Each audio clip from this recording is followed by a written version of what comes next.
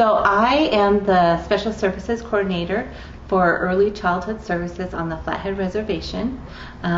We serve children from Arley, St. Ignatius, Ronan, Polson, Pablo, and sometimes Hot Springs, and Dixon, and Elmo, and Dayton, and Big Arm, all the way from the south end of the reservation clear up to the north end of the reservation, and we serve children 0 to 5. My job is in some Head Starts known as the Disabilities Manager. In my title is the Special Services Coordinator. So in my role, I get to attend a lot of meetings for children. We have case management meetings to follow children who may be low on their screenings or that may have some situations such as foster care. They may have situations where the family might be homeless or separated. We watch all their health issues, so we might follow them for certain screenings such as failed hearing, failed vision, which I have to say we have been getting a lot of failed vision, which I think might come from a lot of screen time out there at such a young age. So I would, any educators, early education educators out there, I'd want you guys to just make sure that you're letting families know that screen time isn't the best at such a young age, and they should be getting probably 0 screen time. I want to talk about today what some of the culture around me and how it shaped me. I have 4 children. They're all adults now, if you can believe that. I can't believe it because they've grown so fast. And they're all, I would say, very successful. I'm proud of all of them. And they have a great work ethic, and they're enrolled in the Salish tribe. And so they pursue a lot of the activities on the reservation, such as hunting and gathering, bitterroot, camas. My youngest daughter, was a Salish apprentice for 2 years, and now she works at the college. And so she has a daughter, and she speaks a lot of Salish to her. And she also, she is teaching her daughter the ways of the tribe, and so that's kind of exciting to see, because at least I know that they're doing something healthy, and that that they feel good about, and so I'm proud of them for that. So those are like my biggest drive is my children. All of them have attended Head Start, and I have 3 grandchildren, and 2 of them have attended Head Start so far. So we're going to get the 3rd one in soon, because he's 3 and he's really needing it. So in the services that my grandchildren have received is they get to be around people who do speak the language, whether it be Kootenai or Salish. Every year, except for the last couple, but every year we give out moccasins, and we have a powwow at the Head Starts. And unfortunately, because of COVID, we've had to scale back on that and haven't had that for the last couple of years. But a lot of the interest that our parents have as a program is to make moccasins and learn how to bead, and we try to get people to do that now through Zoom. We have a lot of technology that we're using to reach out to parents, since we don't get to see them as much due to the COVID. So we just get creative. So we might send home a package of materials that they might need, and then we'll have a class. I know we're having a wreath making class in the next month, and so parents who are interested in that, they'll get a little baggie, and then they can turn on their Zoom, their computer. If they don't have the technology, we'll loan them a hotspot, or we'll loan them a tablet so that they can participate in our activities. So that's one strength of our program, just trying to reach out to the parents. Okay, one of the things that I want to talk to you today is about trauma and what a lot of our Native families go through on the reservation. I have worked for Early Childhood Services for 20 years. It was 20 years in October, amazingly. I started out as a 3-year-old teacher, and 3-year-olds, I gotta hand it to teachers who do teach the 3-year-olds because they're just coming out of that toddler stage and getting that independence, but not quite there. But 3-year-olds, they do grow the most. You can see the most progression over the year. Then I moved up with that class and taught 4 or 5-year-olds, and I've done double sessions, morning and afternoon sessions. And then I got, I don't want to say swindled, but I got placed into, swindled is probably not the right word, because then I fell in love, but into the early Headstart where we were serving 0 to 3-year-olds. And I remember my first year there, I was like, to my director, I was like, you have to get me out of here. You have to get me out of here, because it's like I went to school for elementary ed and I'm changing diapers. This is daycare. This is not what I signed up for. What, you know, I'm supposed to be teaching. And so what they ended up doing, they tricked me and they said, okay, we want you to go to this conference. It was a 0 to 3 conference. And then I saw a different light, and I'm like, okay, that 0 to 3 is so important. And it's like one of the 0 to 3 is like the foundation, developmental foundation for babies, and they learn everything those few years. And so I fell in love with them, and I ended up staying with my 0 to 3s for about 6 or 7 years. And then I went into the administration office, and I've been there ever since for special services. So one of the joys that I have is I get to see a few of my kids that I taught when they were in the program. Now that they're grown and they might have kids of their own. There was this one mama who I had as a 3-year-old, or I had her when she was 4 or 5-year-old. And she had a lot of challenges with her family. As a Native family, they just had hard times. I don't know. I guess I just don't know what all their barriers were. Just what I could see. And you know, she grew up with. I had her older brother, and now she's grown. And I got to see her working in the grocery store a few times, and she talked to me. And while she was pregnant, now she has her own little boy. One of the things is that cycle of the abuse or the poverty, the trauma. And so she got into drugs, and so she had her baby. He's now probably a first grader now, but he was in our program, and he needed some speech. And so I offered to go with her, and we went to the school and got him all signed up. But the biggest thing, you know, when she was there, she was just really shaken, and I just wanted to just give her a hug, because she was so like frail, but yet I also had to think, like, she's so tough because she's here for her child, and she's doing this. She got him enrolled into Headstart, she got him registered, and she's also now getting him the services that he needs. And so that was something that really touched me, and I was like, okay, she's doing this. And so we got to meet the parents where they're at as early childhood educators, because they're young. A lot of them are young. They have grown up in poverty. They've been through the cycles of abuse, trauma themselves, and so we really don't know. We've really not walked in their moccasins, and we want them to succeed, and they want their children to succeed. We have to remember that this is all about, you know, they really do want the best for their children.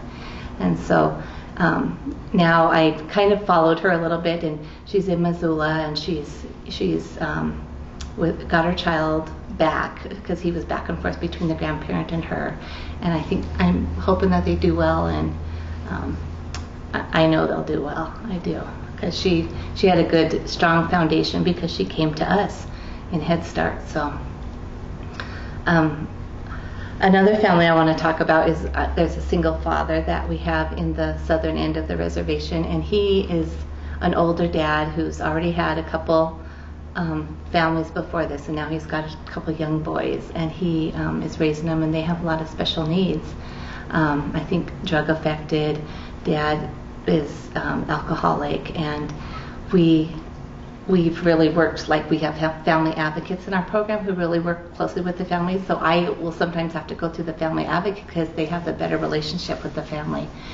And so we got him to a meeting at the school, which is intimidating in itself at the public school because you have all these specialists and experts there looking at these families who might not know the system or may have been in the system themselves, and they're triggered by it. You know, they've had past trauma with being in special education themselves, or being called maybe, you know, maybe not being able to do developmentally appropriate things when they were younger. So they have some fear, and you go to the table, and the majority of the people we meet with are non-native. You know, you have sometimes the principal there who's non-native, you have the special education teacher, you have the school psychologist who did the testing of the child, you might have a speech therapist, an occupational therapist, a physical therapist, and the majority of the times you don't see native specialists or educators or native educators in such a high role. So with this meeting with this father, the single father, he was really down because the first meeting, you know, you hear about, it's the evaluation meeting. You hear about what your child can do, what they can't do, but mostly you hear what they can't do. And so he was really getting down, and you could tell he was just down on himself and his parenting skills, and he kind of talked about his parenting, like, you know, I'm not doing this myself, and he was really down. And so, you know, he signed the paper, and then we had to make another meeting for the IEP, which is the individual education plan meeting. And so it was like a couple weeks later, and our family advocate went to get him, and she showed, because he didn't have adequate communication. His phone would be out of minutes or broken or something, and she went to get him, and she pulls in, and I'm waiting outside for him, and she's by herself. And she's like, okay, he's not coming. And I'm just like, oh no, because it's such a long process from the time you refer to the time the school comes in to observe the child to the time the parent signs the permission to evaluate, to get the evaluation. Half the year's gone by then, and that's just not right, because then they're going half the year without services when early intervention is the best. But back to this dad, he didn't want to come, and our family advocate, she's like, I tried, he doesn't want to come. So we went in, talked to the administration team and the IEP team, and they were like, okay, well, let's let him look at this. So they gave him a copy to send home, and so our family advocate took that to him, and she explained it a little bit more to him, and then he was able to process it a little bit better. So then in a few days we tried to have another meeting, and he did come, and he actually said to us, I was so down on this, all I could hear was the negative that you were saying about my child, and I just couldn't take it, and but this meeting went a lot better. There was more laughter at that meeting, because as natives we tend to like humor a little bit, and so it just felt better, and he felt better. But it took that time for him to process it, and I think we gotta respect that parents do need the time to process and think about it, because it does hurts our heart to hear that maybe our child isn't where they should be developmentally.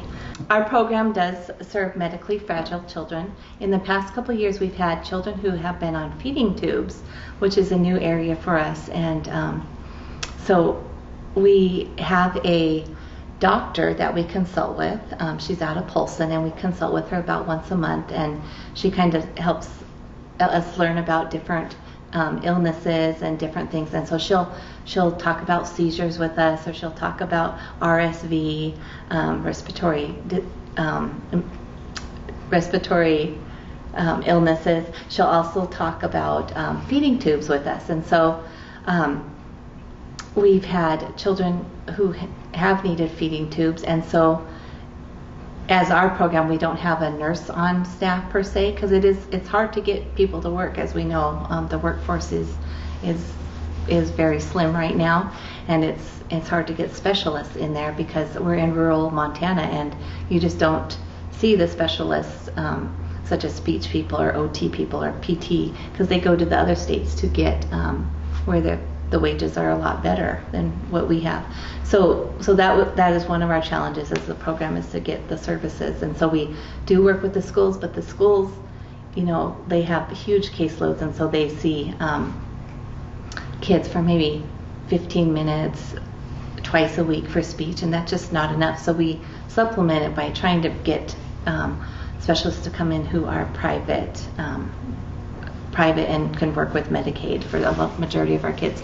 But our teachers, we're trying to teach them that, to be inclusive and to bring it, that medically fragile children, have a place in our classroom. So we are really trying to support them about trying to learn how to do those feeding tubes. And we have the parents come in and they'll show us how, and we're like, okay, we're going to do that, but we're going to take some more safety precautions. We're going to wear gloves, and we're going to really wash our hands. We're just, because the parents share their germs with their kids, and so they are not thinking about that. So we're always thinking about, safety and cleanliness and all that. But I had one teacher and a special services aide who actually got a child this year who she needed feeding she had a feeding tube, and she needed it flushed out after she ate. So they were to have to do a water, like flush out with her feeding tube after lunch. And so they were so nervous, and they were just like, because she was a child who was non-mobile, and she, they were just like, okay, you guys had her. Last year we did have her in a younger classroom. We didn't put her with toddlers, because toddlers, if you're early child and you work with toddlers, they just are this. They have blindfolds on. They don't look down. They're like this. They don't look down. They don't look. They're just. And so they would have walked all over her. But this year she's in the 3, 4, 5-year-old mixed program, and so we put her in. We thought we're going to try it out. And so the first thing is that the teachers have reported to me is that they have noticed the other children just really trying to help her and take care of her. And so they're like, okay, they just treat her like this little princess, or and they're just like, the children who have a lot of behavior problems are even helping her, and like, I'll get this for you, And so they've noticed that. And the other thing that they noticed is that the feeding tube, it's a piece of cake. My teacher, she said to me, I didn't think I could do this, but it's easy now, and she's not breakable. These children aren't breakable. They're just like any other child, and they want to play too. And the other thing we did was get this little girl, they're like, oh, our backs are breaking. We're just trying to help her, and we're, have both her hands, and we're bent over. Is there something you can get us?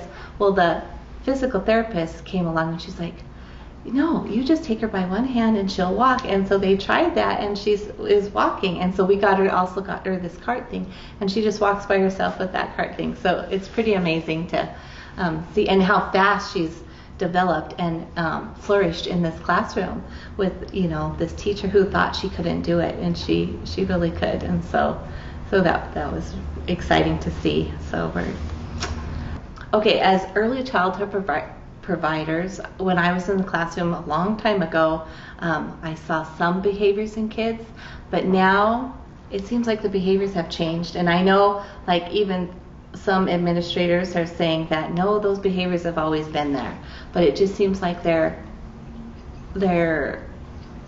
different, or they've changed. And I don't know if it's because parents aren't as active with them, or aren't as engaged, because they are on the screen a lot. I do see that in my household a little bit. I'm always saying, get off your phone and pay attention to this younger one, or whatever. But so we are seeing different behaviors. So we have consulted with behavior specialists and have brought in PTRYC, which is prevent, teach, reinforce for young children. And so it's a behavior plan, or it's a behavior model that we're using in our program, and it's been pretty successful. You just focus on one behavior at a time, and you follow that. You take data on it. You see when it happens. You really analyze the child's behavior. You go through this whole process over a few weeks. And so a couple years ago, we had a grandma who had a child, and she would come in every morning. Like, we had these meetings at 7 o'clock in the morning because our teachers only have so many hours in the day without children, and so we had to get some of these meetings done. So she would drive from Elmo to Polson every morning to attend these meetings. Not every morning, every Friday. She would attend every Friday with us. And so during that time, our relationship with that grandma really grew, and it became stronger, and the teacher and her, started talking more, and they were able to actually change this child's behavior by just focusing on she had a focus of like bedtime routines or something where she was having trouble, and the teacher had a focus of meal times. And so they together, and with our team, we were able to really look at the child's behavior and like pinpoint where things were happening, and we were able to successfully change the child's behavior. So that was exciting, but the best part was that the teacher and grandma became closer, and they were on the same team, and they were able to change the child's behavior, and so then he could successfully attend our classroom and be successful in other environments in his daily life. So that was really good. The teachers at first, when they hear of a child coming into the classroom and they hear that the child might have already been diagnosed with Down syndrome or autism, or they have like this preconceived idea of how it's going to be, and it really isn't. They just got to look at the child first, because the child, it is the child first. I mean, we want to make sure that the language is all about the child first and not what the disability is, because a lot of times it's far from what they're expecting. It's way different. We have a little one this year who I think she'll be a year next month, and she has Down syndrome, and so she just changed centers because the other center worked better for the mom. It was more of we have our child care center, and the teachers there were really like, oh my goodness. So we had the teachers from the other center come and help them get adjusted. But now, I mean, before they even met the child, they were like kind of leery and like, a little bit skeptical, a little bit fearful. But now they've had her for a couple weeks, and she's just adorable. She's thriving with them. They're like, oh, okay, this is it. She's just a baby, just another baby, so. But as far as Montana educators go, and working with Native families and Native children, the one thing that they need to know is that Native families want what's best for their children, and they're trying to do the best that they can for their children. So to be successful, and it might look a little bit different, they might approach things a little bit different, but in the end, we all want the children to be successful.